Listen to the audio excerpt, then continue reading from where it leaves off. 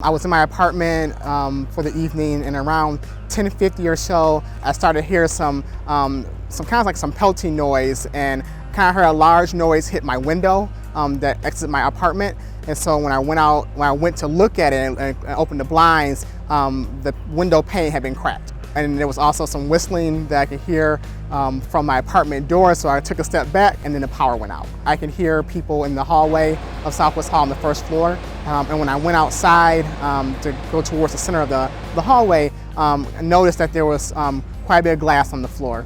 And when I reached the other half, I could see that quite a few of our people who were staying in Southwest were out in the hallway. We had our Heartland Festival cast and crew, and we had some summer students staying to take classes. I noticed that the storm was picking up outside, and then I looked out the window and then I saw the swirling winds, and then the stadium light come down, and at that point I dove forward, then my ceiling caved and the window also burst. And then at that point I made my way into the hallway, and the water had already started to start flooding in. The pipe had broken and the window had also burst, so rain and water just flooding in. And then some of the high school students already were out of their rooms panicking, like, what do we do, what do we do? I was the only counselor up there at the time, so I was up there just pounding on doors, like, you gotta get out right now, we need to evacuate. When I was pounding on doors, as they came out, I was like shoving them out of their rooms and like, go, go, go, go, go.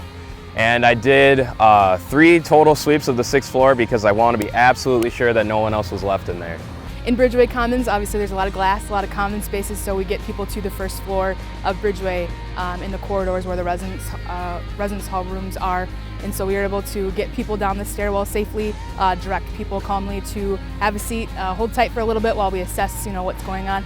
The Pre-College Academy was in the building, students that I believe are high school age, young high school age, and they were noticeably shaken. A lot of them were in common area spaces when the glass broke, and so, from my perspective and somebody that needs to respond in a crisis situation calmly and get everything under control, my windows didn't break, so I didn't have that experience. So when they came downstairs and were very freaked out at what they had seen, my reaction was to calm them down and help them out and get them safe. Anyone who works for the Department of Residence Life is trained on emergency response and protocol, including tornadoes.